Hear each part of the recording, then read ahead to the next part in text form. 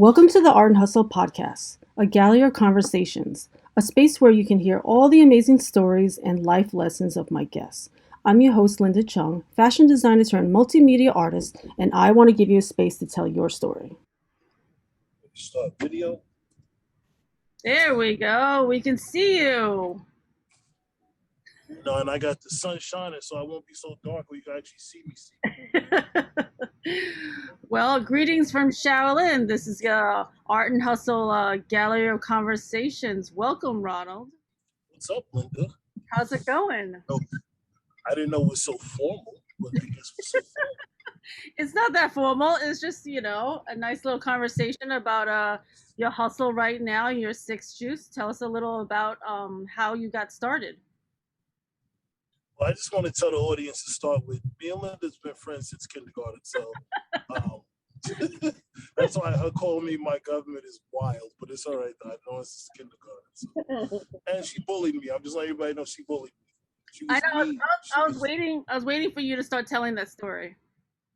Yeah, but we're gonna get into that story. But I'll start with the business side of it first. Let me tell you about bullying. No, just I started my company because I started juicing because my mom was battling stage 4 breast cancer and she beat it. So I wanted to do something to give her, a healthy alternative because I felt that when she was going to chemo and stuff, giving them soda wasn't the move. So they would give them soda and cookies and stuff like that. I'm like, that can't be healthy. Soda at the hospital? So, yeah, like when they do chemo and they were doing, when she had chemo and radiation, like as snacks, they would give them like soda and cookies. And I'm like, that can't be good. No, not at all. You're giving them sugar and toxic chemicals when you're already sick. Yep. And also, too, for like the families that were there with them, I'm like, So they kind of set off a bell in my mind. I was like, I wanted to make my mom something healthy. I wanted to do something for her. So I said, I went and got a juicer. And I knew nothing about juicing. I told my mom, I'm going to make you juices. And she's like, yeah, okay, cool, whatever. Not really taking me serious, as most mothers don't. And I just started making juices. So when I first started making juices, she didn't drink them. So the very first time I made a juice, my friend Jackie was there, and she drank it. And like I didn't you gotta understand, I don't know anything about what I'm doing. Like I didn't read the instructions. Guys, we don't read instructions. I didn't do nothing. I didn't peel an orange. I didn't peel a banana. I put the whole thing in the juice. You like put everything. The entire thing in there. Oh wow. Yeah, skin and everything. I was like, well, I don't know. So I put it in there. So my friend Jackie drank it, and she was like, it could be better. So the running joke is when I get my first yacht, I'm gonna name it "Could Be Better." So that's kind of how that started. So yeah, but no, that's just kind of how it started, and I just started making juices, and I realized like I like doing that. I like making juices. I like doing what I was doing. So I kept doing it, and as I kept doing it, I got better at it. And she also told me, she's like, people pay for this. I'm like, really? She's like, yeah, you can put them in bottles. So that set off a light in my mind, and I went on Amazon. I remember I paid $36 for like 10 bottles. So I'm like, this is highway robbery. Yeah. But I was like, I have to find, something less expensive. And then I just kept doing it, and I just gave it to my friends, and my friends was like, really, they was hyped about it. So I kept doing it. That was the first leg of how I kind of got started. So what year was that when you first started bottling them and everything? 2015. Oh, okay. Yep, I've been at this for a minute, so that's what a lot of people don't understand. Like people literally think doing juices is just, I can make a juice, put it in a bottle, it's gonna be good, and I can make money.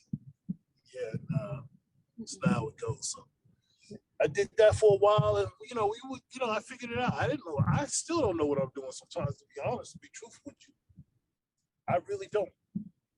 I really don't know what I'm doing sometimes, and I'm like, I figure it out as I go. Mm-hmm. So one thing I learned as an entrepreneur, as a business owner, we have one job: we problem solve. That is the biggest thing as an entrepreneur. You are a problem solver. So I'll be honest with you, Linda. Yep. Sometimes it's all fake till you make a rule still applies, because sometimes I have no idea what the hell I'm doing. Well, hey, Really at don't. least you're out there and you're hustling and trying to figure it out. That's all we're trying to do, right? That's how I started Yeah. doing my stuff is just like I have an idea and I was like, well, I'm not really sure, but let me do some research and I'll just learn as I go, right? Yep. But you always been an artist, though. Don't do that. You always been a talented artist. You used to draw stuff for me. Remember in kindergarten? Remember were you in Mrs. Rose's class and we had to have smocks? For some reason, I don't know why I remember Mrs. Rose. Probably. I don't remember the name though. We had like, what did I draw for you? I don't know. You was always drawing something. And then I remember in third grade, I had Mrs. Yatsko. Did you have Mrs. Yatsko in third grade? I can't remember the names. Yeah, because we're old.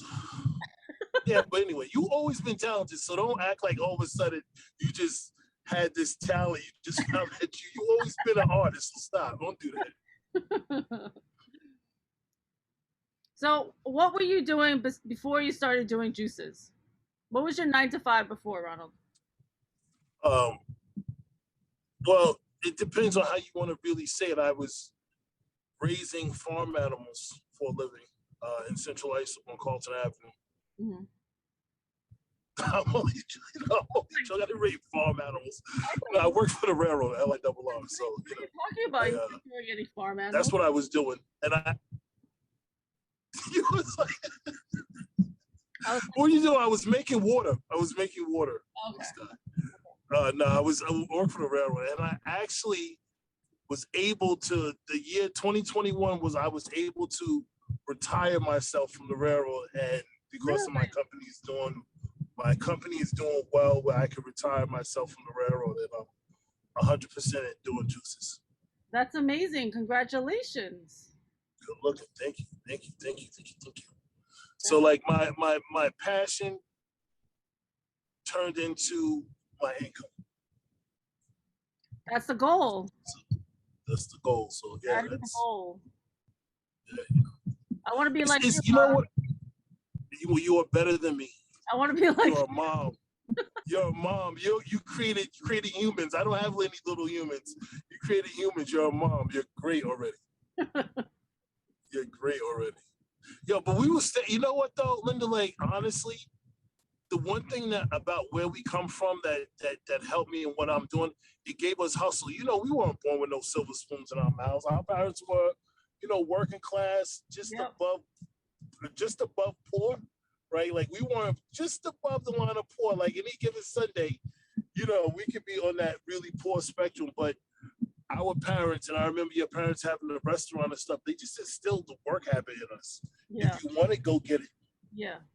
It's exactly. I think all of the people that I associate with in our era, I think all of us were hustling. There was no like, I don't know, like no, we're gonna figure it out. Like whatever we want to do, we got to figure out how to get there and work for it.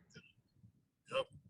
And that's what I think a lot of people don't understand. Like when your back is to the wall, you have to figure it out. Like we didn't have, mom and dads that were rich and wealthy and had friends that they can make phone calls and set us up with this. We didn't have that. We literally had to figure out, and that's what I did with my business. I'm literally self-made. I started in my kitchen with a $60 juicer and no experience, and I built my business to where it's at now, where I have employees, and I'm opening up my first flagship store, which is going to be our franchise model. Like there's no one. It's just a hustle, like literally art and hustle. Yep. I created something. I created my juices. That's my art. And now I'm hustling my brand. You see what I did there? Exactly. This is why we're having a conversation with you. Your juice is your art, Yeah. Yeah. And it's funny, I was telling my guys that, like my team that I like, even as far as building my store, I put together my team. Like this is my guys, these are my team. But I was just telling them, like, I need to get this store open because I can't be creative because my mind is focused on opening this store. So once the store is open. When's your opening day you think you're going to open? I'm looking to open, to be honest with you, I wish I could give you a solid date. We're hoping in the next 2 weeks or so. Okay. it's just so much, again, red tape. Listen, I tell everybody, I started this journey last October. I'm still not open. Meaning, for the last 9 months, 10 months, I've been dealing with the towns to get permits to open up. So, from and my budget, I blew my budget out. I had original budget, let's say $80,000 to this store, but dealing with these towns, I'm at 160,000. So, just as a number, I'm not saying that's my number, but just as a number. So you got to have endurance, and you got to have patience, and you got to be able to see whatever you're doing all the way through. Yeah. So. Well, congratulations that you're finally getting your store almost up and running. I mean, that's a lot to handle right there. It's a lot. It's definitely a lot. Can we, Linda, can you chop? Can we watch this? Yeah.